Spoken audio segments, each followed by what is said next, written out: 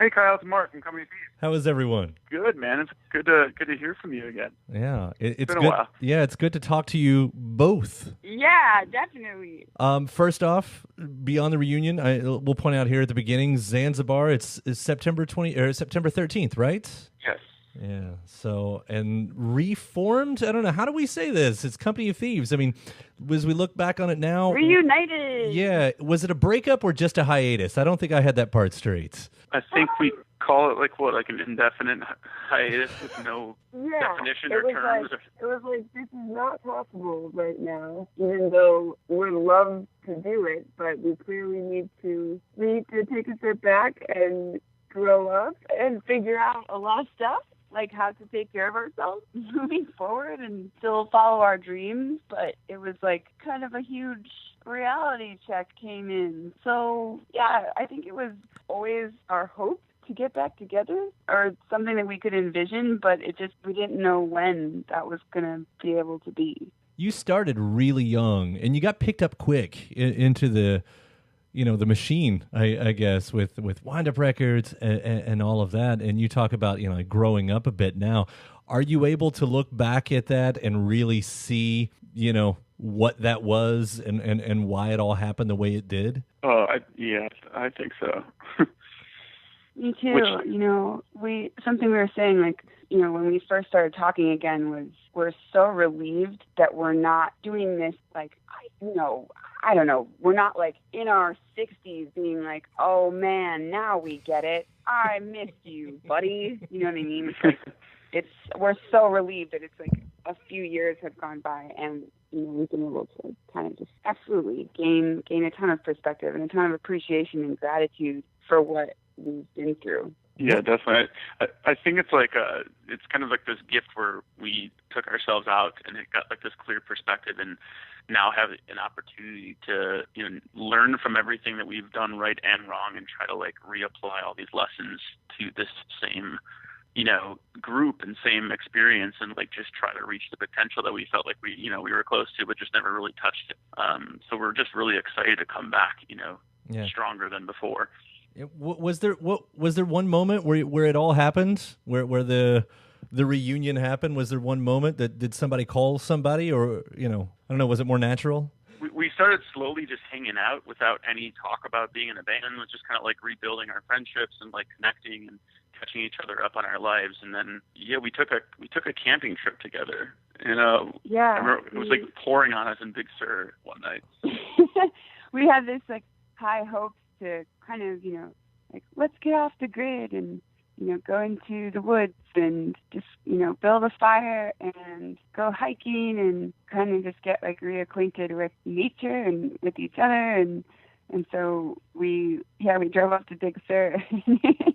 It was like pouring rain, and it was okay though, because we stayed up like, most of the night in the rain, and just sort of huddled around this like fire that pretty much died out pretty quick. And then, we stayed up in our tents, and just everybody kind of just gushed about how much we missed each other, and how fitting it was actually to be together just in the rain and kind of not getting bothered about the lack of the perfect picture. It was like, well, hey, like, this is life, and the whole point was like, we wanted to share it with each other. And we had a lot of funny stories to tell about just, I don't know, being on the road and playing music and the age that we're in. And I think, I also just, before the camping trip, like, I was driving on the highway with Chris one night, and it was really dark, and, everybody in LA kind of just has like a intense, aggressive driving manner, and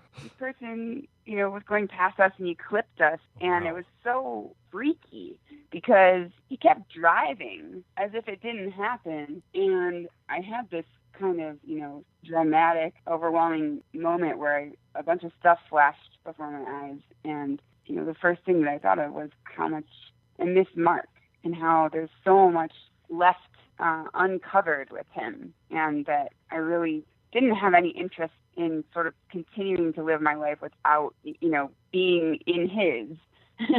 And so I kind of got up the nerve to give him a call. and just let him know that I hadn't really pieced together what it all meant, but that I thought of him and I missed him, and I just wanted him to know, because I was like, it's really never too late to let someone know that you just love them and that they're important to you, So it kind of stemmed out of that, and yeah. All it took was a near death experience to get you guys back together. Oh yeah, no big deal. Yeah, we really die for this band. You bleed for your art.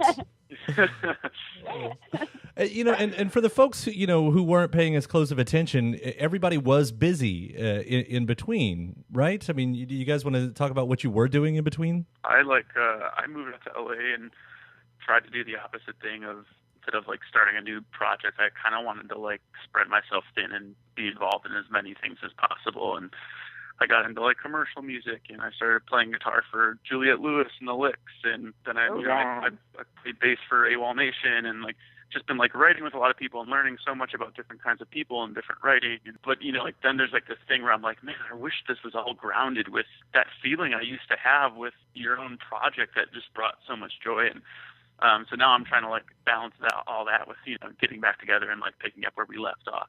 And I released a solo record, and so yeah, just we're all trying to stay busy and just do music in a much more well-rounded way instead of just throwing all the eggs in one basket this time. Yeah, and I just want to say, as your friend Marc, all of the musical projects that you were a part of and are a part of right now, in addition to your solo album, have just really blown me away. And I have been having fun just seeing you express yourself in a very wide range, Thank you.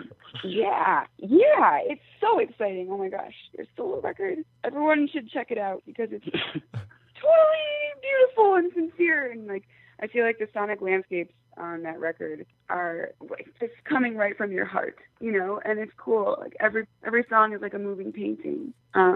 Wow, that's the best review ever.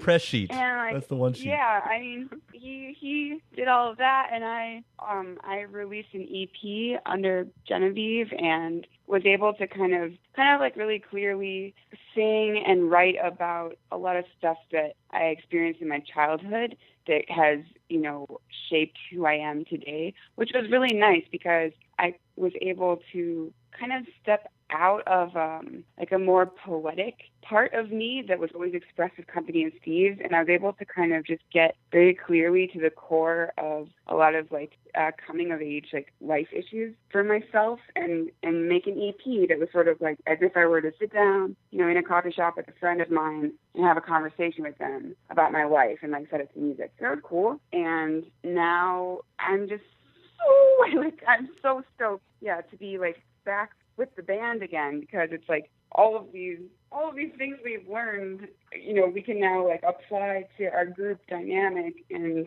I think it's just gonna help take us to the next level, And I mean, it sounds like what you guys are saying is that this is full on the thing again. I was kind of curious, if this was just something that you guys were going to do for fun every now and then, or if this was a real commitment to Company of Thieves once again for, chapter 2 or a whole new book, whatever this is. It's always kind of been a very difficult thing to do it all under 100%. So, right. Because once we start, we just kind of just go crazy, and it's always I always describe it as this nonstop moving train that's just full force, just knocking down walls, and it's just always felt that way. And maybe it didn't when we first started writing, let's just take it one day at a time. But then the second we started getting a few songs that we felt good about, it's let's book a reunion tour. Let's put a song out. Let's keep writing and seeing if we could get an EP next year. And it's just, I think it's really fun to just, even though we're doing that, but we're doing it in more of a free, looser way, and we're not tying an agenda attached to it. We don't really know what the future holds, but we know we want to keep writing and recording and releasing it in some fashion. And the first song that we hear, you called Treasure. What a powerful song. I mean, starting with that, right to a symbol quote, and the line in it that I'd rather die than be silent. I mean, this is a pretty heavy statement at the perfect moment. Sadly, the perfect moment, I will say, by the way. But I mean, where did this song come from? What's the story on this song? Oh, wow. Well, I mean, immediately following the election, a recent presidential election, we were obviously handling a lot of different feelings about what was going on in our culture and our country and inside of us as individuals. And I think it really just was impossible to go around the subject of bullying and fear-mongering and the effect that that has on us and everyone that we know and people that we don't know. And I kind of like buckled up for the for the ride, because I was like, if we're getting back together and we're going to be like going out there in the world again to share like our worldview and to, I don't know, be vulnerable and take risks and things, like we absolutely cannot go around this issue and how it's affecting like everyone's collective reality. We need to go through it. Can't go around it. So we just started picking up the acoustic guitar, and it just kind of fell out of my mouth, to be honest. Like, it was kind of a channeling moment in a big way, and it was so nice to create it in the way that we have created almost all of the other Company of Thieves songs, where like Marc picks up the acoustic guitar and is strumming, and I'm just kind of, finding melodies and words, and it felt like, wow, I was so angry.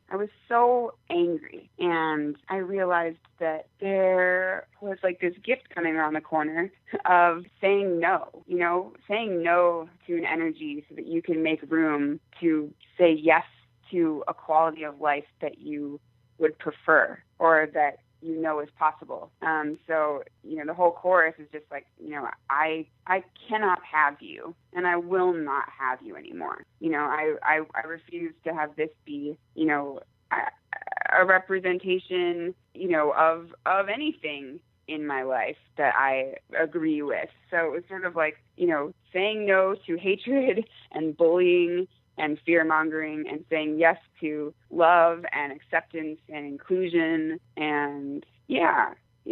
And it was wild, because when we went to go record this song in Marc's apartment in Los Angeles, we turned on the microphone and we were experiencing all these like feedback, this radio frequency from some national radio station where the announcer was coming on, and he was like enraged that people were protesting, and was talking about how they do have the constitutional right to assemble and exercise their their voices, but like he was so upset and kind of commenting about how it was just like the 60s again, where people were acting as if it was something that they should drop everything for, to go out to the streets and protest, and like, why are they doing this? Why are they acting like this is that same time again? And I think it's because it woke up a sleeping part of a lot of people that was probably sleeping because it felt like it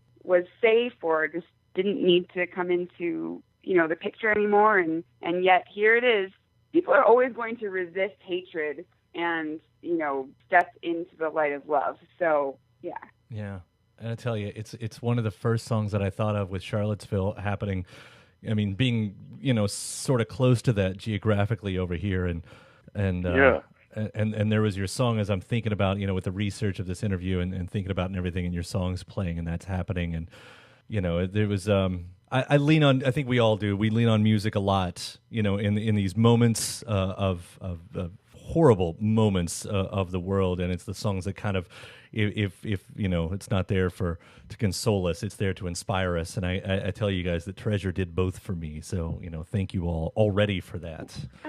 Wow, that means so much. Thank you so much. That's so nice to hear. Yeah, it is a powerful song, and like I said, it's a great. And I not trying to downplay what it says, but even taking all that out, it's just a great song. It's so great to hear you guys again, as Company of Thieves, because I know you meant so much to so many people. So to have you back and making music, I mean, do you got a plan for future releases? Is it just waiting to suss that out, or? Definitely. I mean, Treasure was the first song that we finished 100%.